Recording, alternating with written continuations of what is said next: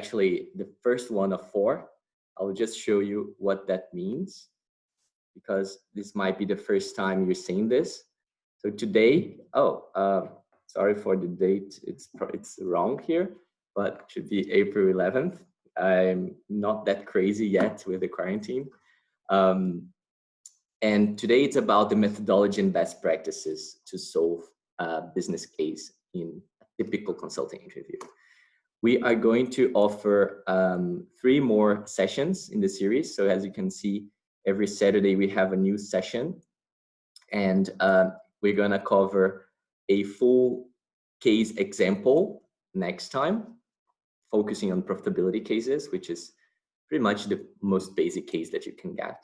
And then in the next one, we're gonna cover a market entry case, so that you can really see a student, a volunteer, solve a case, and you can understand what's going on in your McKinsey Bain BCG interviewer's mind, right? So that's the purpose of session 2 and 3. And the session 4 is more a career sharing, is a talk among 4 or 5 different ex-consultants, answering questions, talking about their experience, their projects, so you can also have a glimpse on the career and what it is about. Good. Today, it's really more focused on the principles that you should try to apply in your interview. And I believe that it's going to be a lot more interactive if I also ask questions. So I'm going to stop now and then to let you try to solve a piece of the case so that you have some practice. So let's move on. For the ones who don't know me yet, so really in a nutshell, my profile, I'm Brazilian. I was born a little bit before you, I believe. Then I did an exchange in Switzerland for my high school years. So I spent 1 year in Zurich. I went on to France for also an academic exchange. I spent 6 months in Paris. Then for my master's in management, I did a double exchange, one in Spain and one in Australia. I'm part of SEMS, which is an alliance of more than 30 universities. And today, 2020, I live in Berlin, in Germany. And that's my new home. So whenever you are around, or if you are from Berlin, after the pandemic is over, let's meet.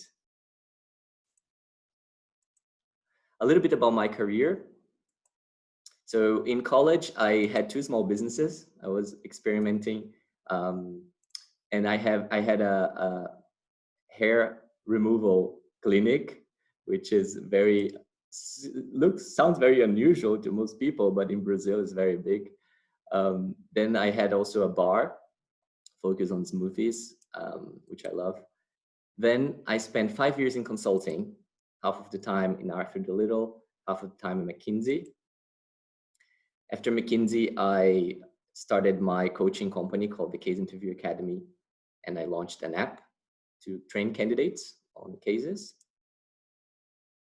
And I joined SumUp, which is a fintech company focused on payments. That's the reason why I live in Germany. I was expatriated to take care of international expansion here from Berlin. But I ended up leaving my job to actually start my own company called Meteoric, which is kind of on hold now because of the pandemic. We are focused on events. So you can imagine that's not a lot of material to work with. And Highbridge, which is my bootcamp, and of course, the reason why we're here today. So happy to take some questions in the end if you have any, but let's move on. Why am I giving this session for you? Like, first of all, why am I qualified to do it, right? So I spent quite a bit of time, like many hundreds of hours, developing my method for the Case Interview Academy. And I've coached hundreds of candidates and reached like pretty much almost 70% success rate in McKinsey Bain BCG, which is compared to the 1-2% base success rate is pretty interesting. And this method, which I'm sharing with you today, is just one method, of course, but it has been proven to work. So I'm going to share with you. You're going to notice I'm very pragmatic and very to the point. I'm not another Victor Chang saying like a lot of stuff that might not be applicable. I'm just focused on what you really need to do. So a few words about Highbridge, right? Before we jump into the content. What motivated me to start Highbridge was the gap between university and work, right? There's a huge, huge, huge skills gap between those places. And basically university doesn't innovate or doesn't react to it. Interesting. It's very frustrating actually. And companies, they are tired of complaining. Actually, they started factoring that in their expectations, right? So basically, what happens here? University is focused on content. It front loads you with a lot of things, you know, guys, right? So you have to memorize and carry so much stuff just in case you need it in the future, right? And of course, generalizing it here, but that's basically how university works. And work needs skills, right? So you need to use your best knowledge to actually generate value and to deal with situations. So it's very different.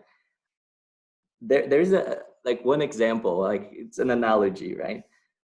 But if university had to teach you how to ride a bike, they would first make you memorize the names of the parts of the bike, right? So here's the gear, here's the wheel, here's this, and this. Then you would take a test to actually check if you memorize all parts of the bike. Then you would move on to the history of biking and probably like learn people rode bikes for 100 years and so on. And only then you'd get a piece of paper saying like, okay, go ahead, you can ride a bike, right? So basically, you know that's wrong, right? It's not the right way to teach someone to ride a bike. So Highbridge was born to actually teach you how to learn skills, right? And get the skills that you need for your future. What happens today, like many companies just get junior people and interns.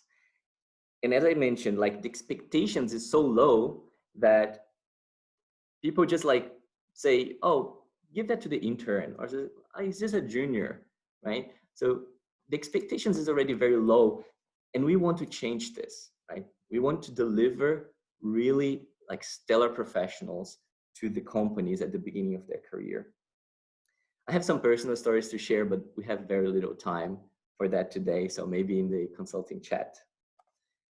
Let's move on. Let me tell you what exactly is Highbridge about. So the first boot camp of Highbridge is focused on consulting. It's an 8-week program built by ex-McKinsey Bain BCG consultants to make you consulting ready. It's going to take place in July and August this year. It's going to be fully online, but we're designing it to be extremely engaging and fun. And we're going to take advantage of what online can offer us. Let me talk about what the components of Highbridge are. So basically, we have a 40-hour case interview training, right? So here is, of course, everybody knows it's hard to get into the top firms, right? How hard? You have to basically beat 10 people in the CV stage, right? So your CV needs to be really, really appealing, well written. And then after you get to the interviews, you have to beat other 10 people, right? So 1 every 10 usually gets a final offer from firms like McKinsey, Bain, BCG. So if you did the math right, it's 1 to 100 or 1% chance. And we believe we can increase the odds. Today I'm gonna give you a little bit of the method, of course, in a little over 1 hour, but our 40-hour case interview course is basically the most in-depth course that you can ever get. We combine it with the 40-hour advanced consulting toolset. And here, basically, it's an associate training, right? Like McKinsey's BCG's training, combined with what we ex-consultants wish we had known before, right? So we want to help you avoid our mistakes and learn what is behind stuff, like how to really interpret things, how to manage your boss, how to, like, what's the best way to manage databases. So you mean, so soft and hard skills combined. Then we have a real consulting project, a 6-week-long consulting project where you're gonna solve a challenge for a company, and always with guidance and mentorship with the ex-consultants. You have a 20-hour work lab and workshop workload as well. So this is all about completing your tool set, whatever you need to know, how to interview clients, how to calm down a nervous client. Like, we're gonna do a lot of role play and fun stuff. And of course, the individual mentoring sessions, which are also part of the program, both for case interview, career coaching, and other types of soft skills development. Okay, guys, I put this slide just for you to see a little bit the faces of our faculty, right? We have different levels and different tenures of ex-consultants, but always from McKinsey, Bain BCG. And I just need to tell you that the next application deadline is by the end of this month, right? So we're processing applications in batches. So this is the second batch. And you can apply to scholarships.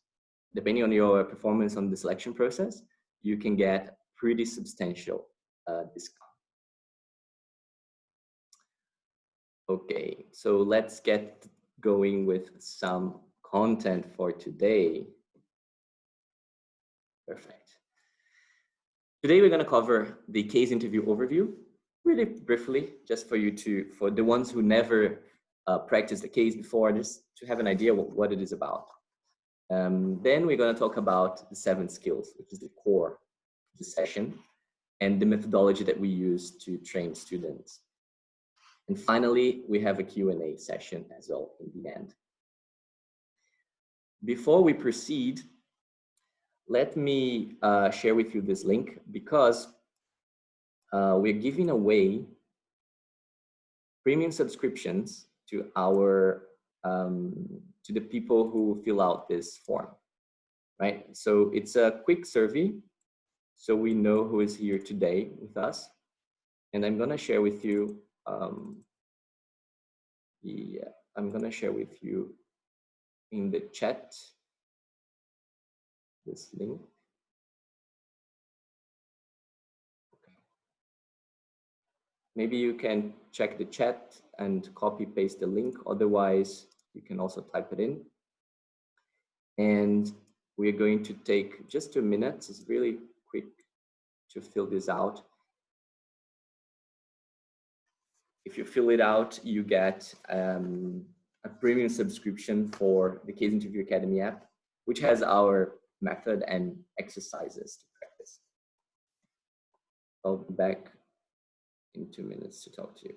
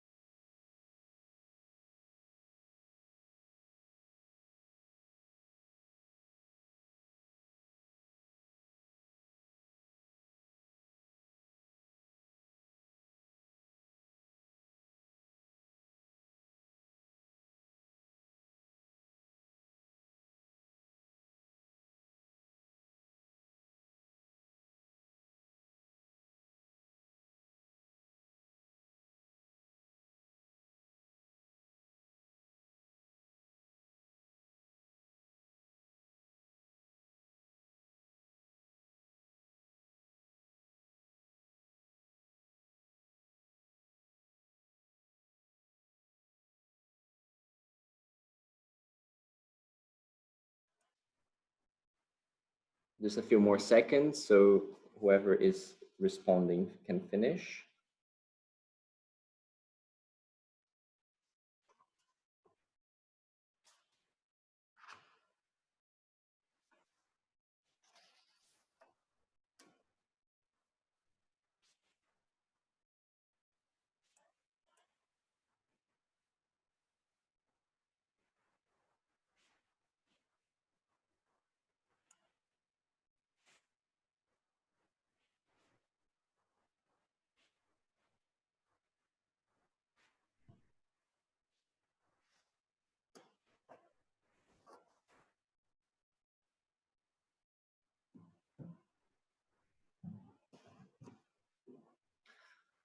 Okay, guys, I estimate that you've finished answering the type form, and we can move on to the first part of the session. If you have questions about today, wherever a question pops up, just send them in the chat. Okay, so you can write here on the chat or the Q&A function of Zoom, and then I will be gladly answering to those questions by the end of the session. Okay, let's start with the case interview overview. Very quickly, because I think most of you already know this, right? So when you go to a consulting company, usually have 1 hour time window with a consultant, senior associate, engagement manager, case team leader, or partner. And you will have a first part of personal fit for 10 or 15 minutes and a 20 to 35 minute case. And completing that with a 5 to 10 minute closing chat, right? So the case is the core of the session. It's where they want to see your communication and problem solving skills, analytical abilities. So that's what we're gonna focus today. But of course, personal fit is super important as well. Something that we train at Highbridge because it makes a difference, right? We've seen so many candidates being rejected and the feedback is, well, you didn't get there in the fit part, right? That's a very high bar. And the closing chat are basically good questions that you have to prepare for your interviewer. So let's get to the meat, shall we? The 7 skills methodology is a product of over 1,000 hours of thinking, problem solving. Right? Basically, they are listening and recap the case, clarifying, structuring, graphs and math, brainstorming, synthesis, and business acumen. So to pass a case interview, you usually have to use all of the 7 skills very, very well, because competition, of course, is high and it's expected that you are on top of all of those skills. The methodology is very extensive. Here's an example of a market entry framework for inspiration that we definitely developed ourselves, and it is basically, till today, it's the framework, the gold standard for us for market entry. We do not preach framework memorization, never, but we do believe in recycling of parts of the framework that make sense to a problem, right? But you always have to make your own structure. This is just an example. I will start with the 7th skill. Why? Because business acumen is the only skill that we cannot improve overnight. No matter what you do, you will not have a substantially better business sense tomorrow, right? Something that you build slowly. How? Well, through formal education for the ones who studied business, economics, finance, marketing, and through informal education for everyone. Basically, the discussions you participate, the material you read, and the cases you solve, right? Business sense is about understanding the principles that that rule the world of business, right? That makes things happen. And it is something you build very slowly throughout your whole career, right? Even a senior partner in consulting is still building business sense. And I usually say that everything you do can build your business sense and your judgment, right? It's not only about business, it's also about people. Actually, business is people, right? So everything you experience, you see movies, series, people interacting and so on. When you're walking on the street, you actually are building your judgment if you're paying attention. And these things can be used in a case interview and should be used in a case interview. My advice for business sense is, like, if you're preparing seriously for consulting, delete your social media apps from your phone. You still can have social media accounts, but not on your pocket. And instead, install some more useful apps for building business sense. Every time you have 5 minutes, instead of checking Instagram, WeChat, TikTok, just read an article, right? This is gonna pay off after a long time of constant and disciplined habit. Good. So with that out of the way, let's talk about the 6 skills that can help your, that can be built overnight, right? Basically, you can improve them after the session, I suppose. I hope you're gonna get something out of it and you're gonna be able to crack cases more easily. Let's start with listening and recap. So it's all about taking notes, right? But good notes. That's the thing. And I often see people who don't listen actively to the case. They are so focused on writing down everything they can. They're not absorbing the case. And this is a big mistake, right? So you have to force yourself to listen actively and to take notes only of the key numbers and keywords. Many people ask me, Flavio, do I have to have neat writing? Like, do my papers need to be beautiful? No, they don't, right? That's the answer. You actually need to be able to read your own writing, but if they are nice or if they are ugly, that doesn't matter. Your interviewer is going to collect your papers just for the sake of keeping the case confidential. They're never going to analyze it. Let's do an exercise. Actually, I prepared something for you about this note-taking habit. I will do the following. I will give you a case briefing, right? And I don't want you to take notes, right? Don't take notes. I want you to pay attention, and I want you to remember the information that is important, right? I give you, perhaps I will give you unimportant information, and you have to have the judgment to think and to understand what really matters here, right? After I finish this briefing, without any note-taking, I want you to take a minute and write down the key information that you need to remember, okay? That's good for people who are used to write down everything. Your client is the current mayor of the city of Baltimore. She's called Stephanie Rawlings Blake. Baltimore is the largest city in the US state of Maryland and the 24th largest city in the country. It is located in the central area of the state along the tidal portion of the Patapsco River, an arm of the Chesapeake Bay. The city of Baltimore has a population of 600,000 people in 2020, this year.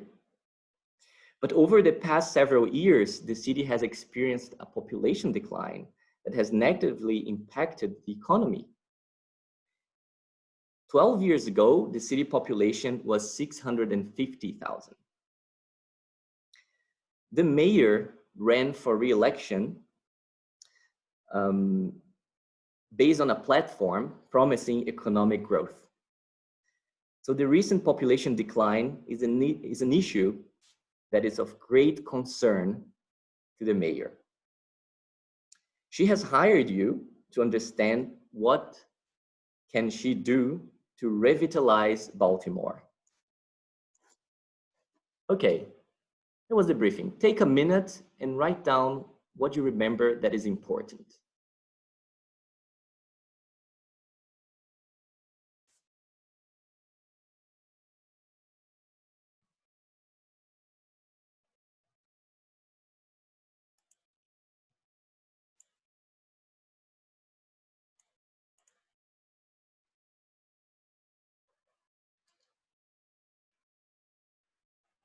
Okay, so let's see. Anyone took notes on the computer wants to share notes on the chat? What do you remember? What do you think it's important?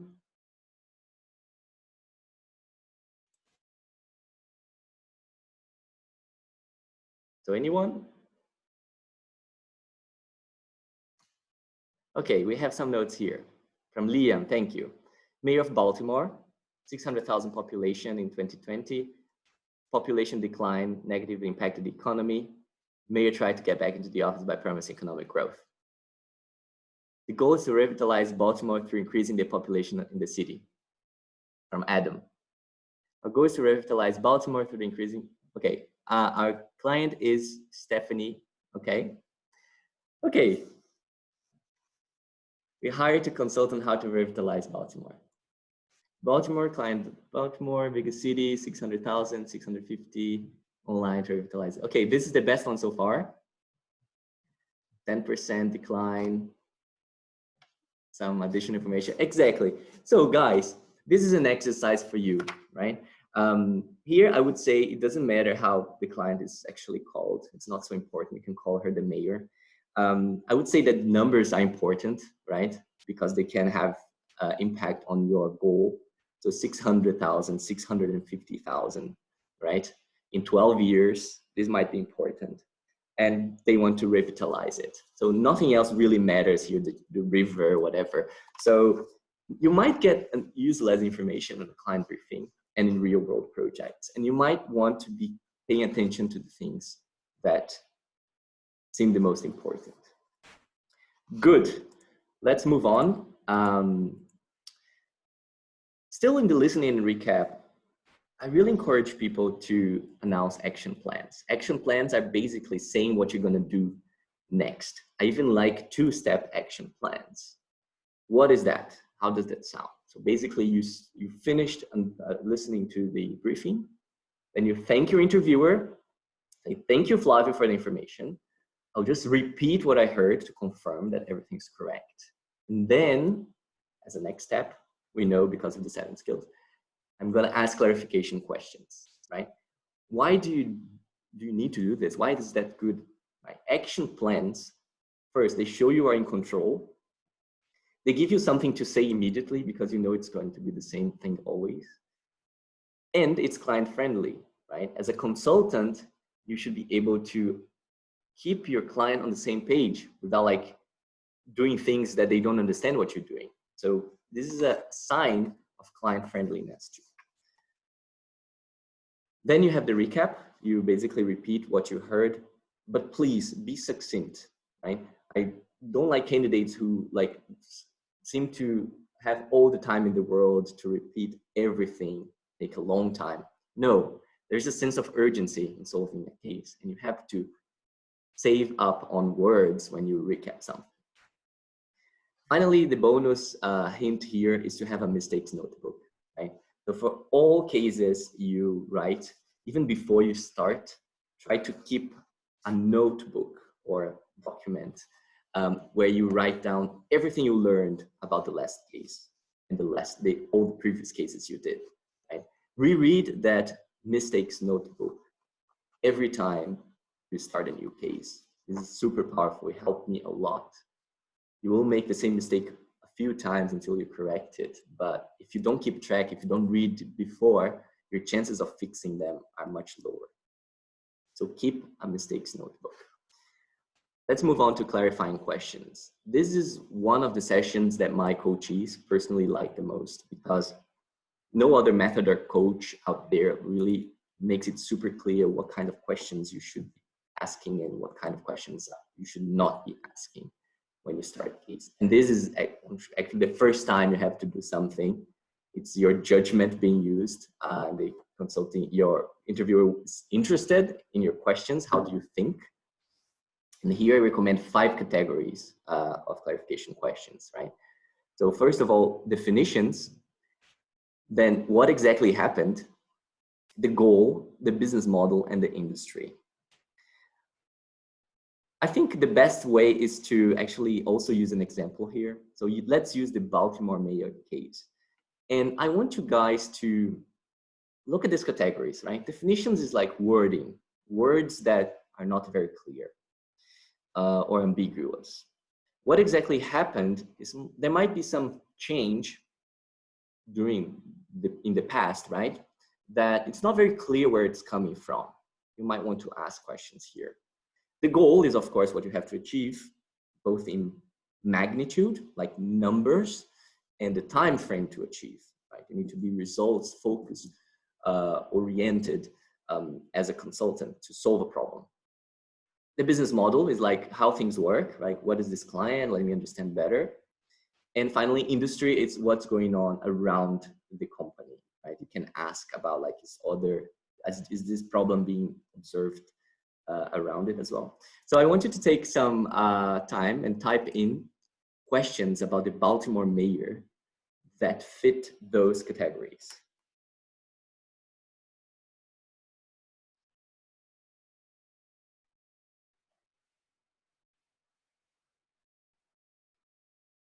You can start shooting, shoot questions. Clarification questions for the Baltimore mayor.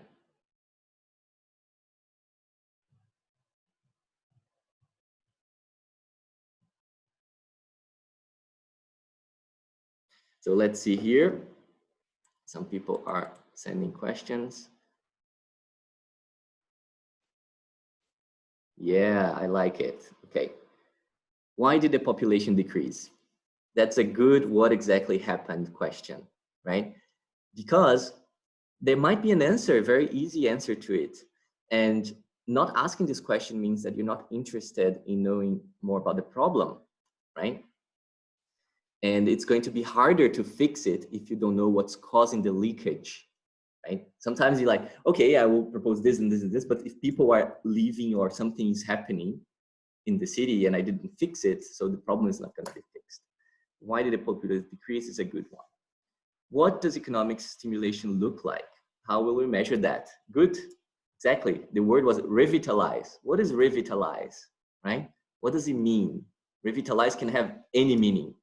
Do they want to grow the population, grow the production, the GDP of the city? What caused the decrease? Good again. How the mayor rules the city. Okay, this is a business model question, right? Maybe not the best phrasing.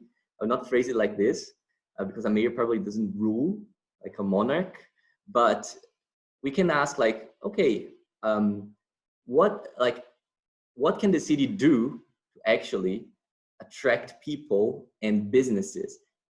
I assume that they can change the municipal taxes, the city taxes, they can invest in education, in city universities, and stuff like this, right? So can I consider those things? So basically it's how the government, the city government works. How economic growth is measured. Basically it's the definitions question. Is it a naturally occurring event? The population decline. Okay. Did the mayor run a platform specifying what economic factors she would improve? That's okay. You could ask that. You could ask what exactly happened if there's any promises. What is the distribution between ages? Here, I would say it's too detailed for clarification questions, right? So you can ask why they decline, but then after that, you should be able to do your structure.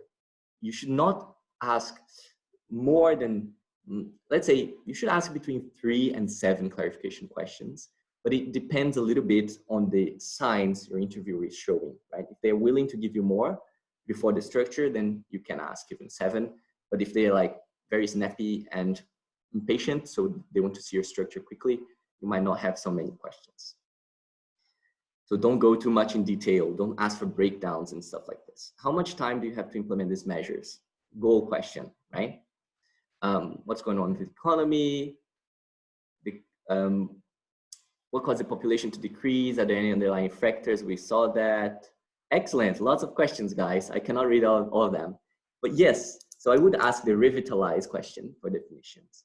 I would ask what exactly happened, why the population declined. I would ask what is the goal?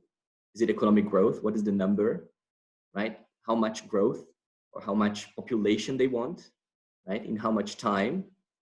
The business model, I would ask basically to confirm that we're considering that the mayor has powers over changing the city taxes, the city investment to make it happen. And in the industry question, nobody asked that. No, maybe someone did, like, did other places be faced with this population decline too? Exactly. So you can ask around Baltimore, the state of Maryland and neighboring states, they also are facing population decline, because then the problem is a little bit more serious than just the city decline, right? So those are questions adapted to this case, of course. If you're talking about a company, you have to adapt it. If you're talking about something else, you have to adapt it as well. Good, let's move on. Structuring. So I recommend you to think in terms of 3 formats of structure, right? Quantitative, qualitative, and mixed. Quantitative, let's look at the next slide. I think it's easier to understand. Which structure should you use, right? So first square there. There is some financial issue. There's something clearly going down or up and it's bad, right?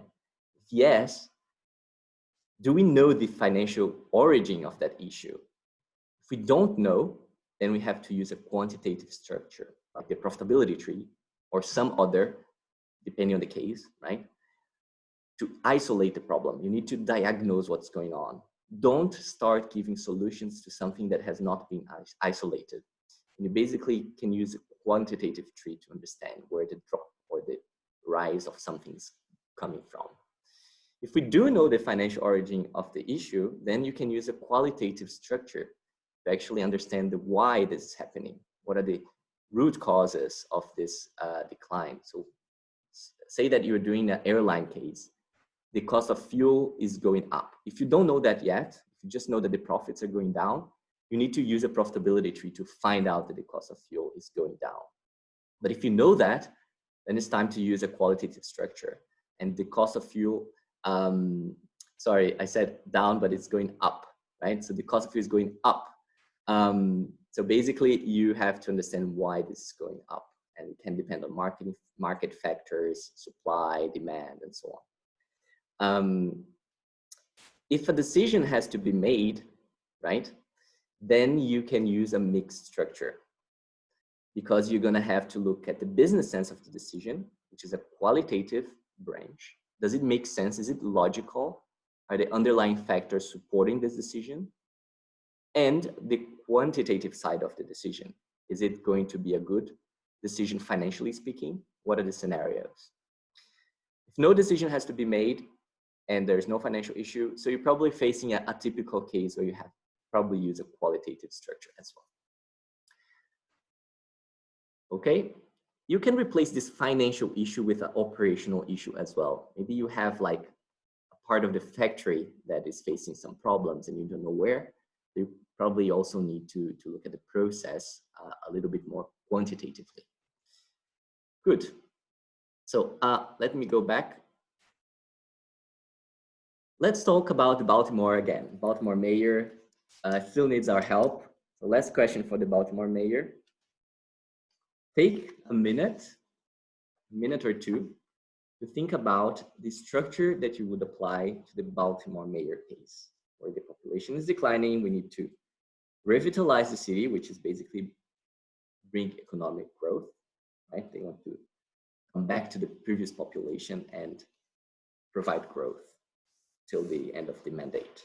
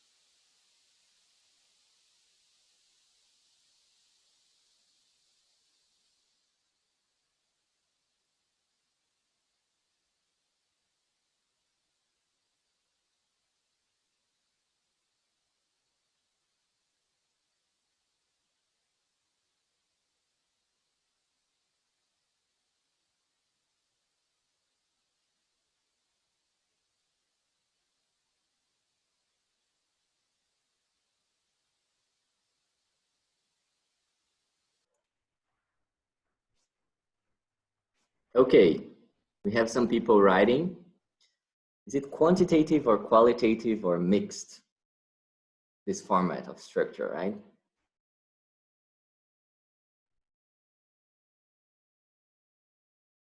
Let's take a look.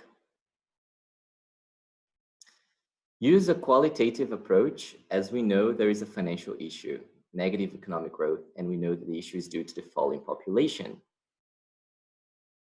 Considering you don't acquire any financial data, for me, is a mixed. Okay, different opinion. I would look to use a mixed structure. The client's project in question seems to deal with a qualitative goal of increasing population growth, but in order to achieve this goal, the structure of the Baltimore economy also needs to be examined. This is assuming the only goal is population growth, may be to revitalize, improve the local economy. Mixed approach because a decision is made about how to revitalize. Okay, different interpretations. And I have to say, there's no right or wrong here, right, guys? There's no central school or university of the case interview where there's a perfect answer to everything. And therefore, there's several interpretations, and even inside the firms, right? Something that I hear sometimes is like, hey, Flavio, this McKinsey guy told me that he likes to see this and this and this in the case. And then the other guy from McKinsey said the opposite. Why? Because there's no central training, even inside the firms. There's no like guideline on how you have to solve any case. So basically the case interview training that you get to be an interviewer lasts for 2 hours or 3, and then you're off interviewing people, right? With any case that you choose. So there's no, as I said, no central rule, and that's why we have only methodologies.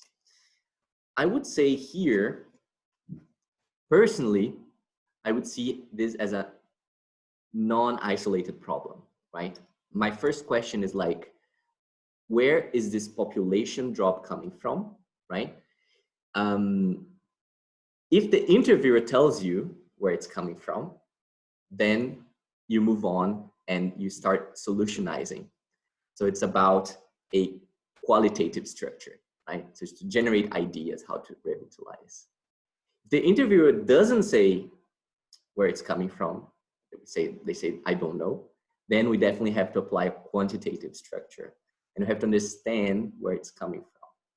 The best quantitative structure for this problem, in my opinion, is the net birth rate and the net immigration rate, right? Because people can, in the net birth rate, they can be born or they can die, and then we have the net birth rate.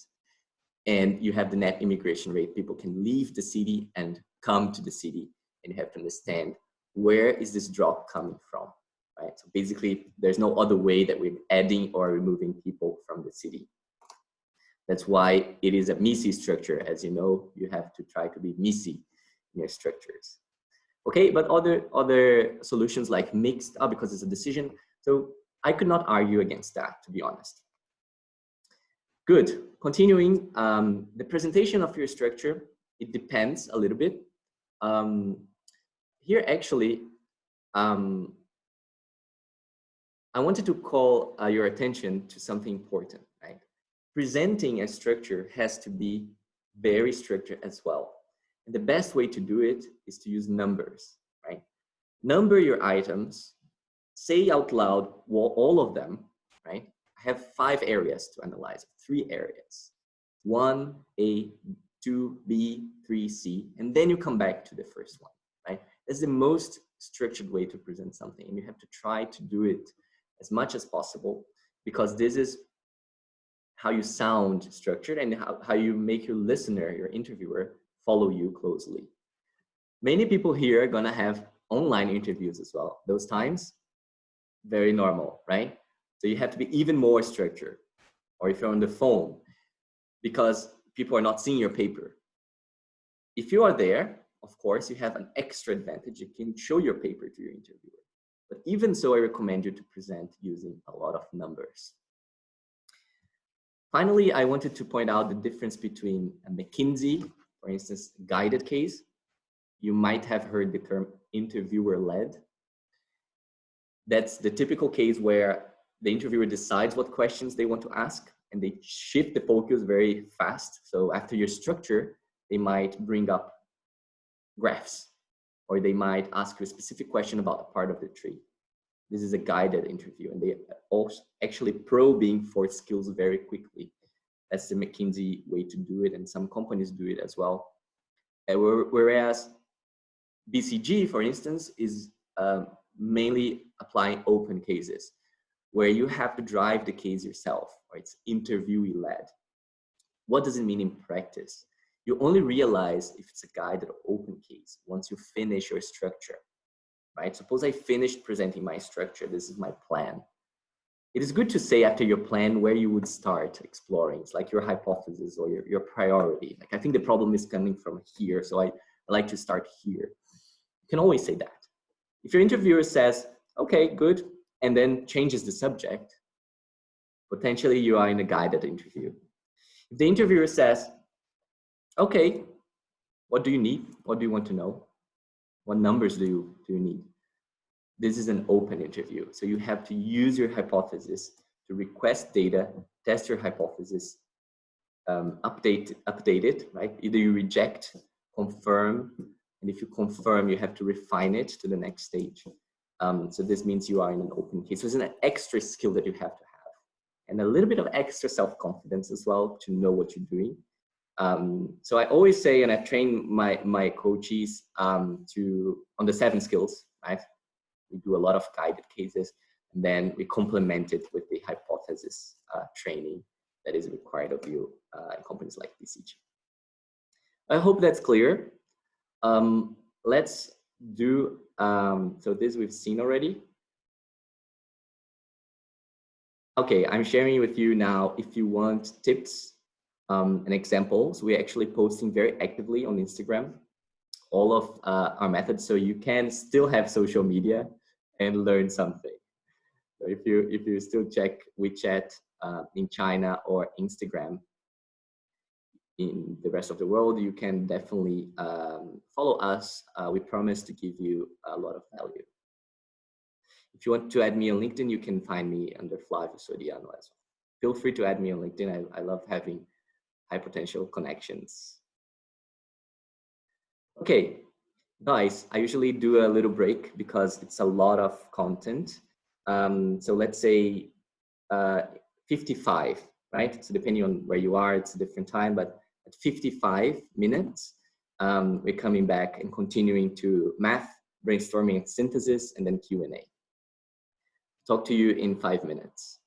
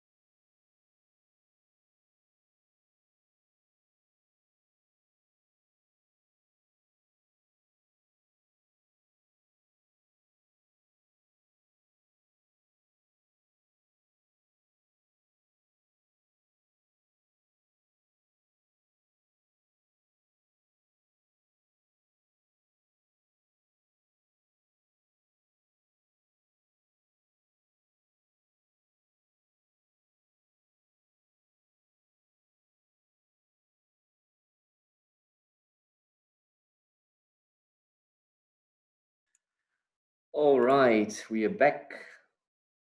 Let's continue, guys. For the ones wondering if you had to receive an email about the app, I'm gonna send it manually. So don't worry, I have to activate your plans in the backend. So basically what I tell you is if you can download the app already and create an account, I'll need your email and then I'll activate it for you. Okay? If the email is the same that you used in your form, then it's easy. If it's a different one, you have to let me know. All right, guys. So math is an important skill that you have to show, of course. So I put it together with graph reading, right? Because it's very connected to graph reading. Whenever you receive exhibits, your reaction ideally would be show interest, right? Don't show like, oh my God, I'm scared of math. Show interest in the data. And I recommend you to read it out loud, right? Why stop and stay silent? You can read it what you're seeing. We're gonna give you an example next, but then you can ask questions on the fly. It's much more entertaining and useful for your interviewer to see how you think than if you stay in silence. You might get some insights out of the data, right? So that will come naturally to you sometimes. But remember that there's not 17 key insights out of an exhibit or table. There will be 1, 2, maximum 3 things to really pay attention to, things that matter. And consultants have to pay attention to the signal and ignore the noise, right? Otherwise, you get lost very fast. You might have a math question to answer. It might be very clear and upfront, and you have the data to do it. Basically, that's the easiest scenario. You might not have a question, and you have to create a question, especially if you're in an open case. So you have to look at the data.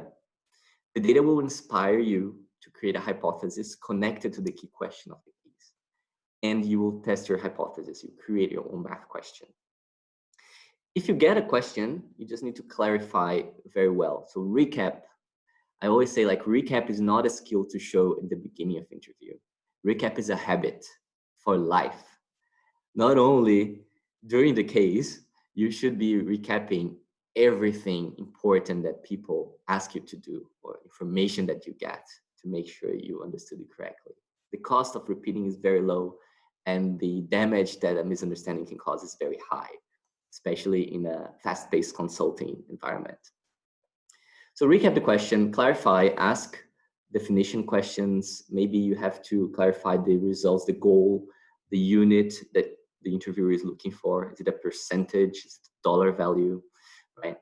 Then you are ready to actually start your calculation. Announce your action plan, right? I'm gonna start thinking about the equations. And then once my equations are ready, I'm gonna align them with you. And then I will proceed to the computations, right? So this is the gold standard. Of course, some math questions, it's very easy to actually do them immediately. But the habit of separating equations from actual calculations will help you in the most difficult cases. And it's a very good habit to have. Some interviewers will look at your plan, your equation. So I plan to do A, B, C, and this step, and this plus this, and this minus that. That's so clear that the plan you want to follow, that they might ask you not to do the math at all. They might skip it because they already know that conceptually you're very structured, right? It's more important than the number. Because calculations per hand is like not really a big skill to have. But most of the interviews you'll be required, especially in the first round, to compute your results. If you get lost, it's better to get lost in the conceptual part, right? Not have clarity on the equations, but then you will be able to ask for help in a much more structured manner than if you just rushed and did a calculation and got it wrong or didn't get it at all, right?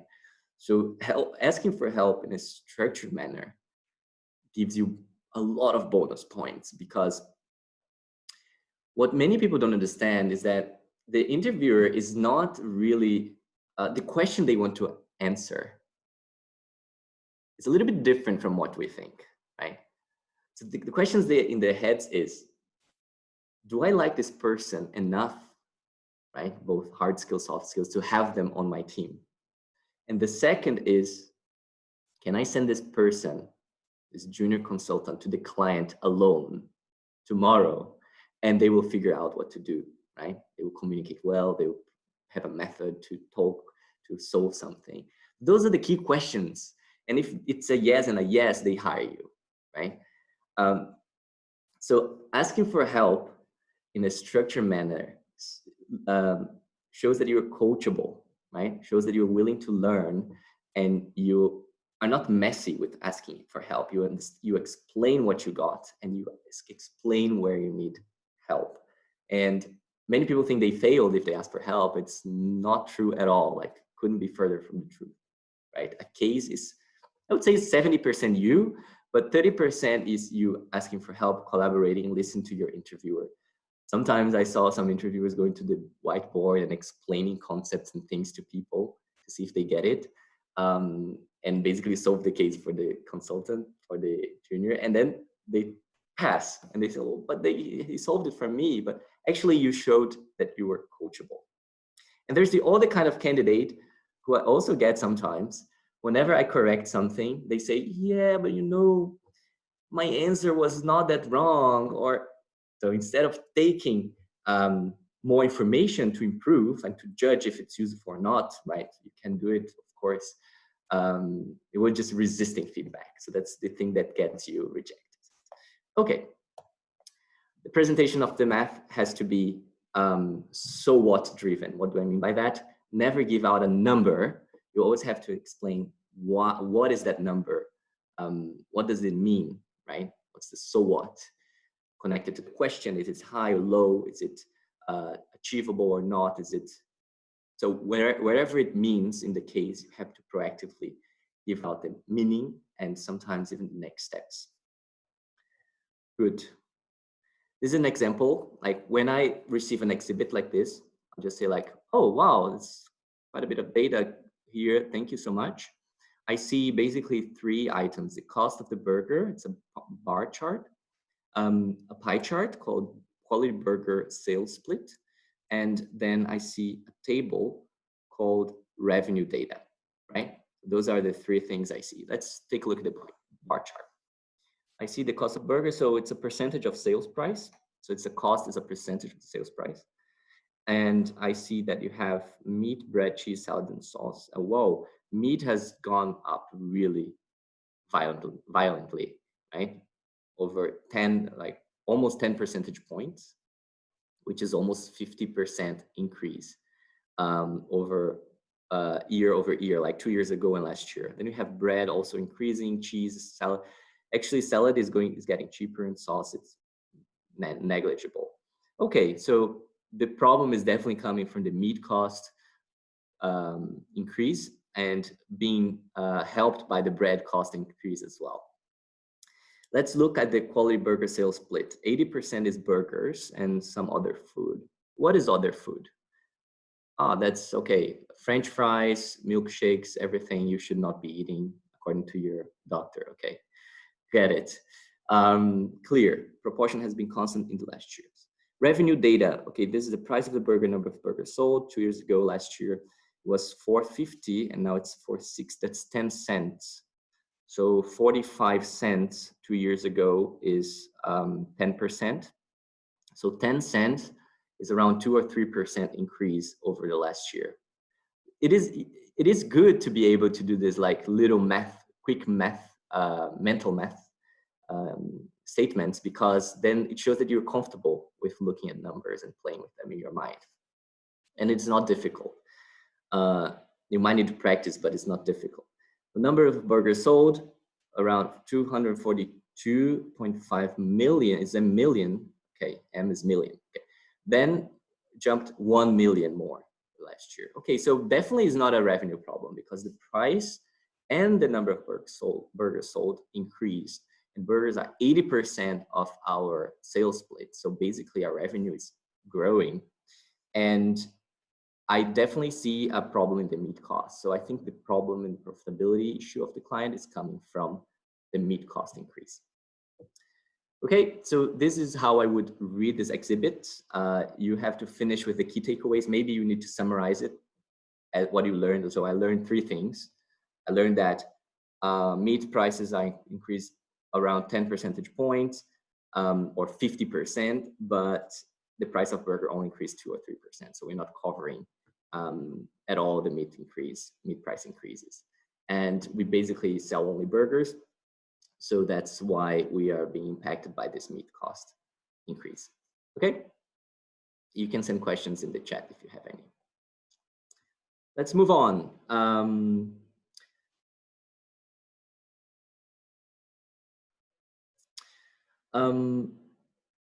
Let's talk about brainstorming. Brainstorming is a key skill that shows how much business sense and how comfortable you are thinking on your feet, right? That's what brainstorming is about. And you use it so much. You actually use brainstorming to create a structure, right? The structure is a brainstorming with some more skeleton. Here, I definitely encourage you guys to go for quantity instead of quality. What do I mean by that? It's better to have a lot of ideas, right? Aim at 8. That's the number I like. 8 ideas, at least, right? So you can stand out from the candidates who come up with 3, 4, 5 ideas very clearly, right? And don't focus so much on quality. I mean, you don't need to filter out ideas that are not so good. So the process of brainstorming or generating ideas is not supposed to be combined with the process of selecting the ideas, of filtering according to some criteria. So basically what you're saying is lift the filters out of your mind a little bit and try to have creative ideas, like down to earth, normal ideas, but also creative ideas. And don't be so worried about if these ideas are the best, okay? You don't need to over-explain your idea either, right? I get a lot of candidates who do not understand that as an interviewer, I applied the case over hundreds of times, right? And then I heard every single possible idea that someone can express in that case. You're not going to be bringing a lot of new things to the table, to be honest, after hundreds of interviews. So you don't need to over-explain your ideas and why. So you mention them like, okay, how do we improve the product's attractiveness, right? Okay, so I can think of 8 things, for instance. We can change the packaging.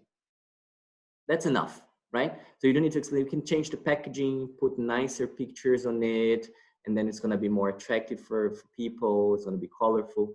So don't spend time doing that. Give me different ideas. And the other tip for brainstorming is categorization. So cluster your ideas, give them some structure. It's not as demanding as the structuring part, which has to be easy and has several levels of structure. But the brainstorming can have maybe only 2 levels or even 1 level, right? So you can bring up short-term ideas and then long-term ideas. Easy to implement, hard to implement. Product-related, price-related, promotion-related, and place-related, right? Plus the 4 Ps. So you can use, like there is an interface between brainstorming and structuring. And you should provide some sort of classification to your ideas. Consultants don't like to hear a list of 8 things that don't have any categorization, because usually you can categorize them somehow.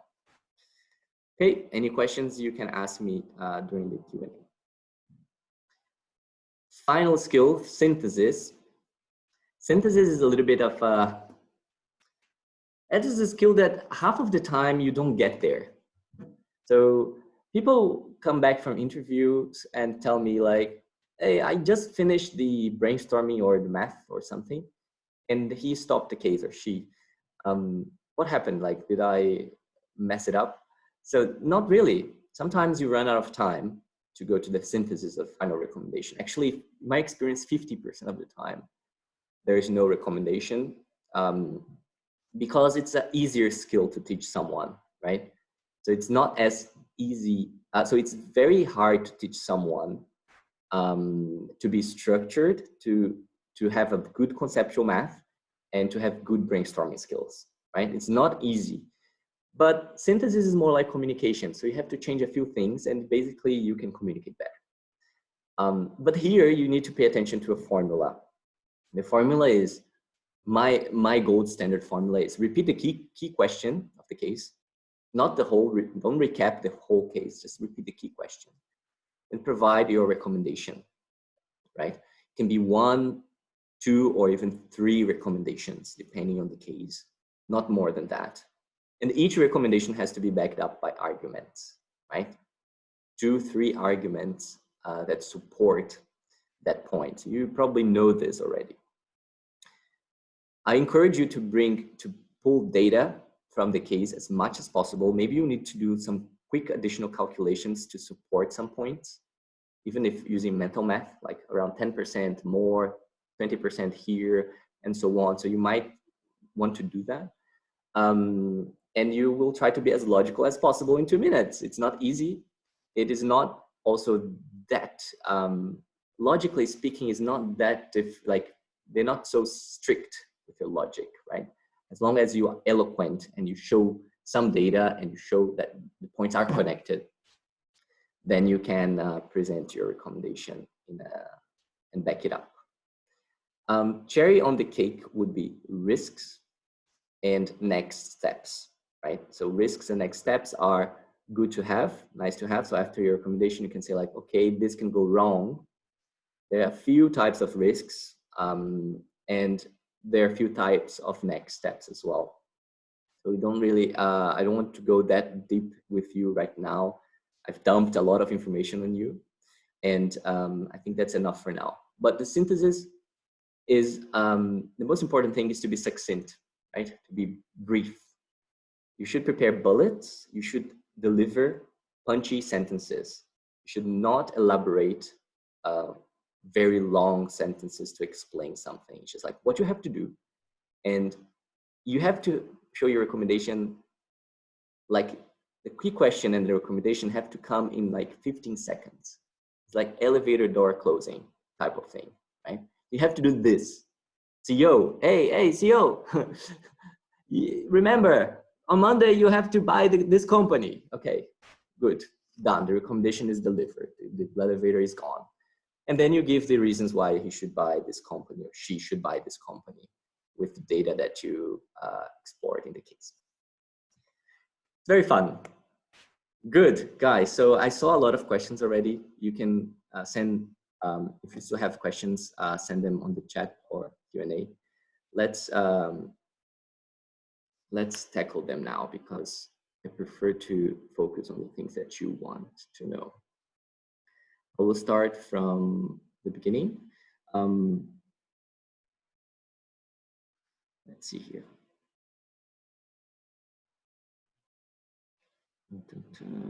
This is Baltimore.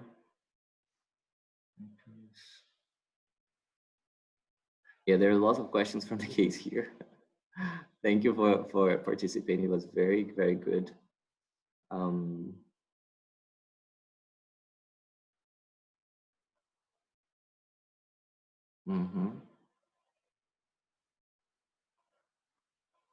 Do other firms use guided interviews or only McKinsey? Many firms use guided interviews. Okay, so actually it's more common, I think, than the open interview. It's easier to apply a guided interview than an open interview. Is like, a guided interview is basically saying like, hey, welcome to Disneyland. You're gonna go to this ride and then this ride, this ride, this ride, this ride, and then you're gonna go home, right? This is the guided McKinsey one. The open is like, welcome to Disneyland. Try this attraction and then this one, and then where do you want to go next? You have the whole park. So it's much harder for an interviewer to apply a open case. You have to know a lot better, and usually those are cases where the consultant has worked on, so they can answer anything you ask. Maybe you have a creative approach to it and you want to go around it, and you're going to get logically to the answer in another way. So the interviewer has to be prepared for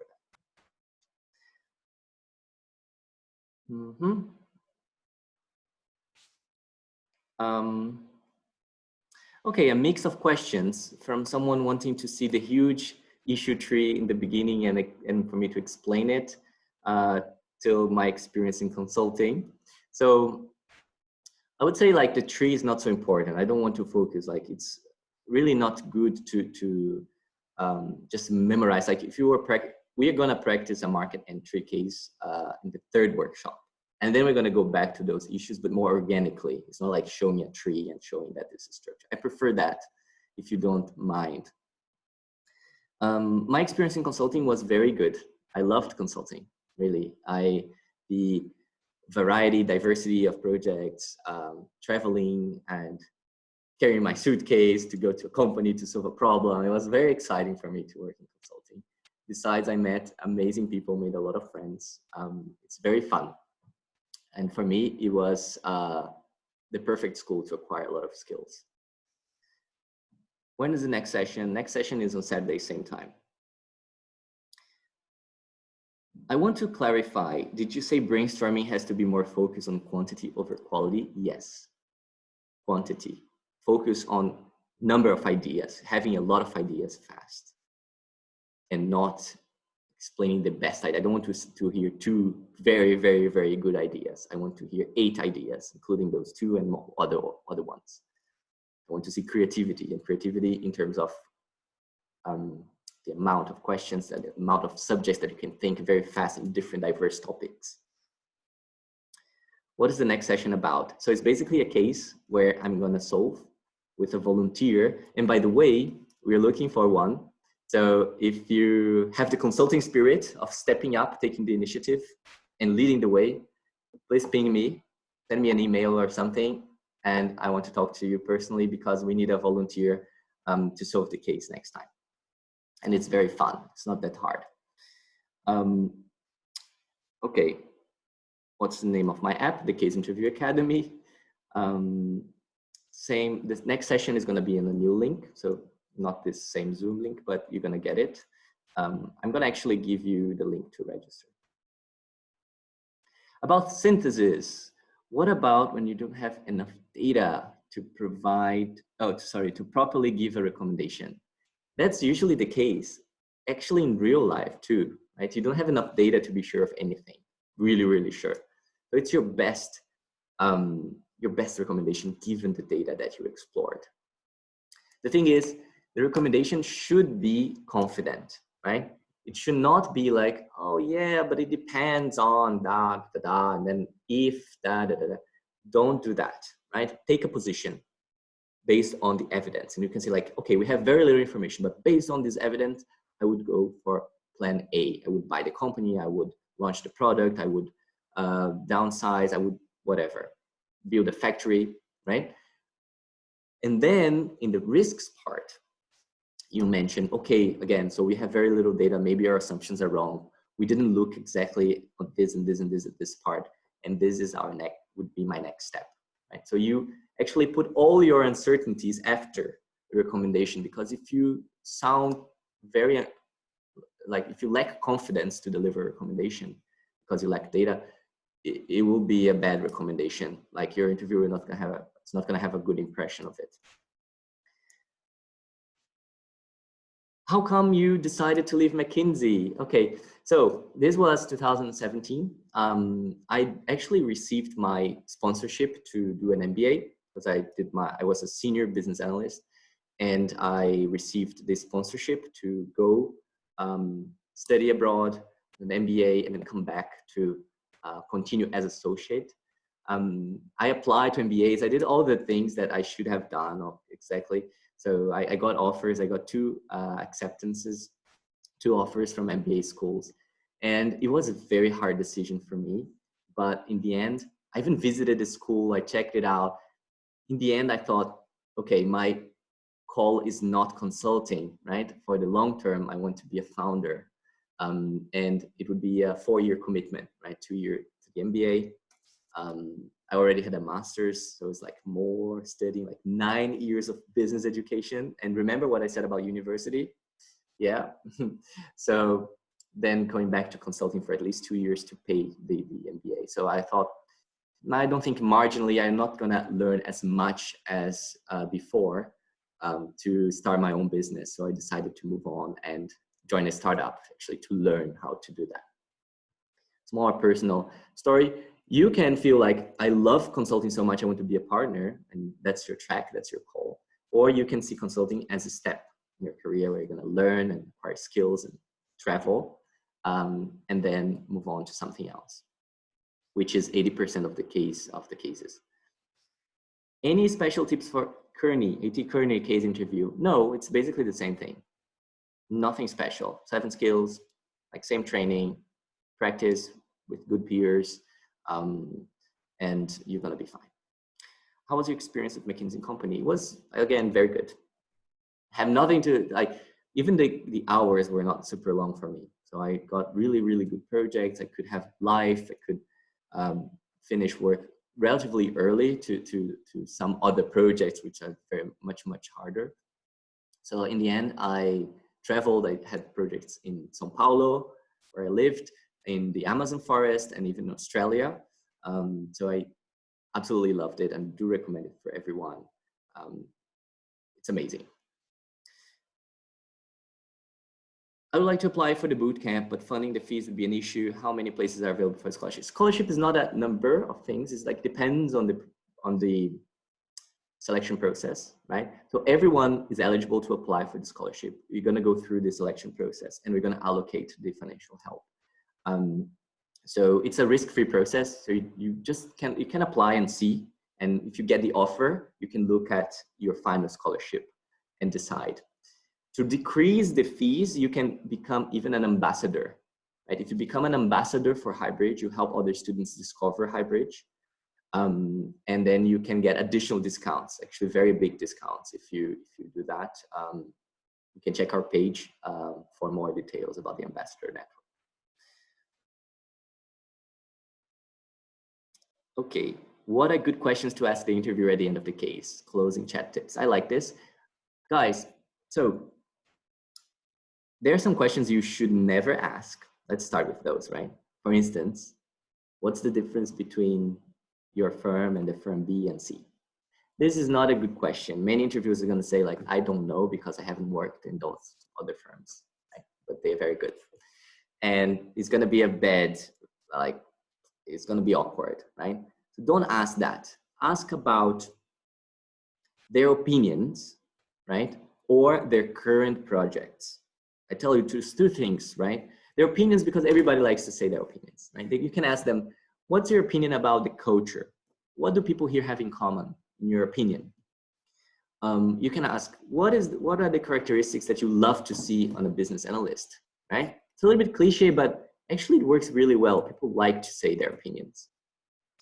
And then you have questions around their current projects. Don't ask about past and really old, like what industries have you worked for and so on, because then it's like huge list. I have to remember what I worked and so on. But if you ask me about my current project or projects, if I'm a partner, then I'm happy to tell you about the challenges. Like, what is challenging about, what's the industry you're working for?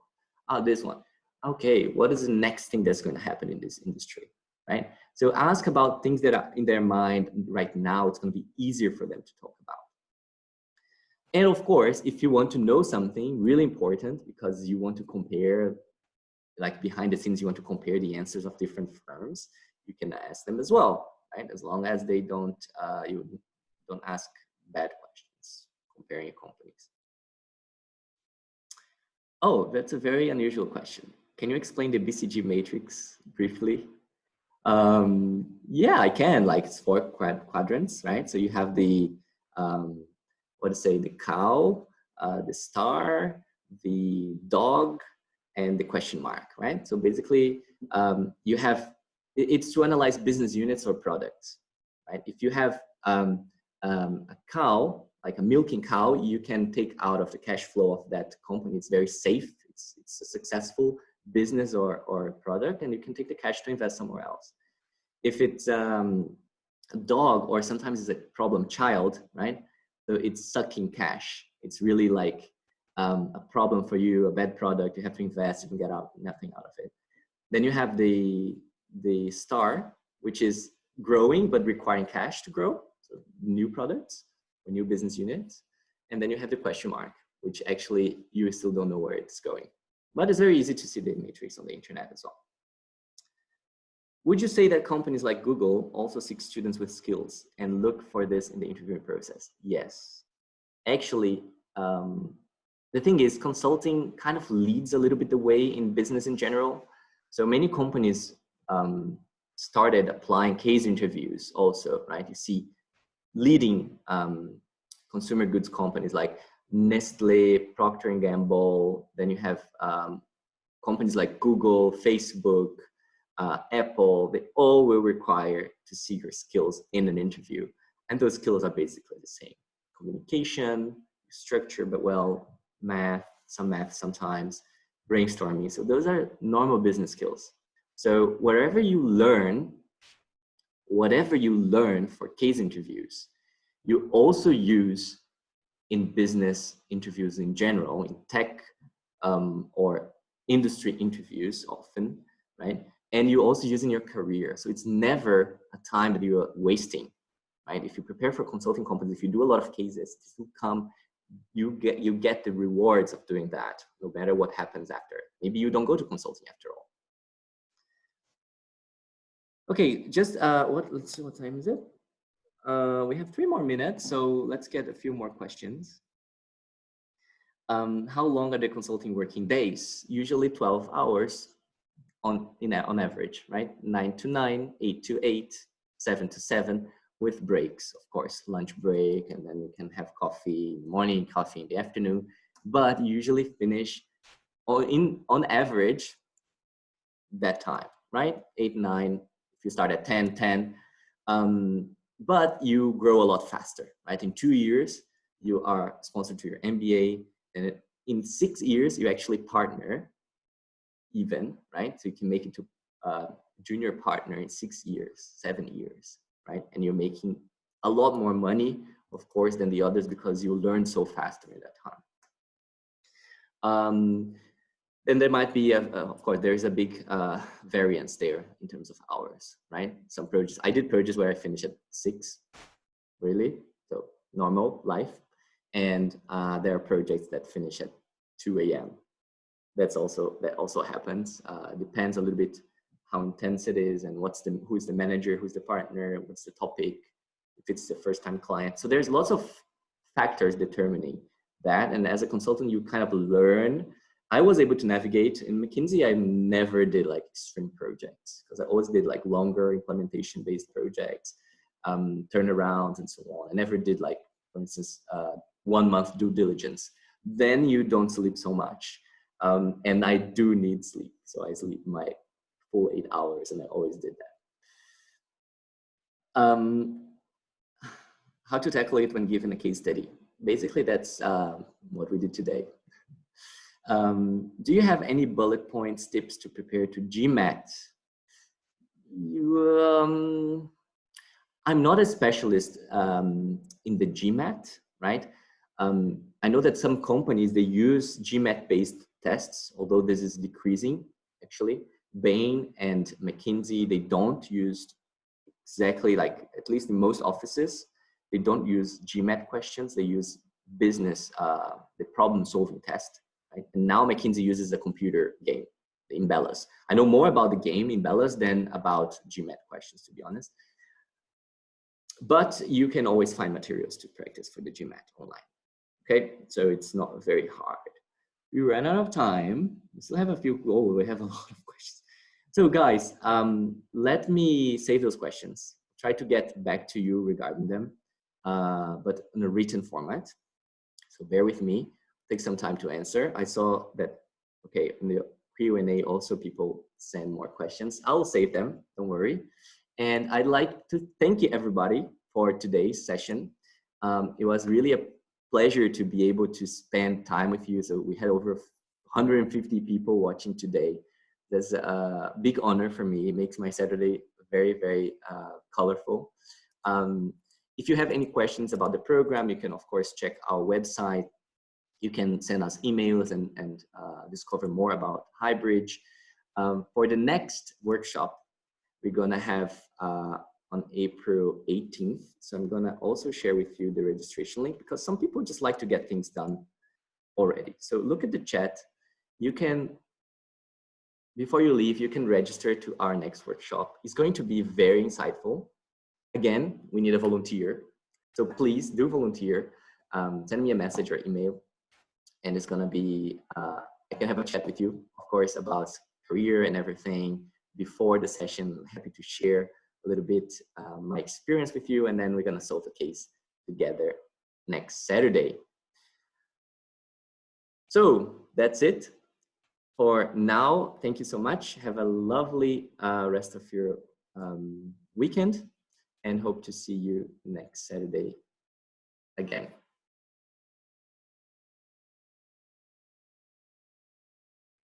I'm sending the link again because there are so many messages, and you can do it in 2 minutes and it's over. Thank you.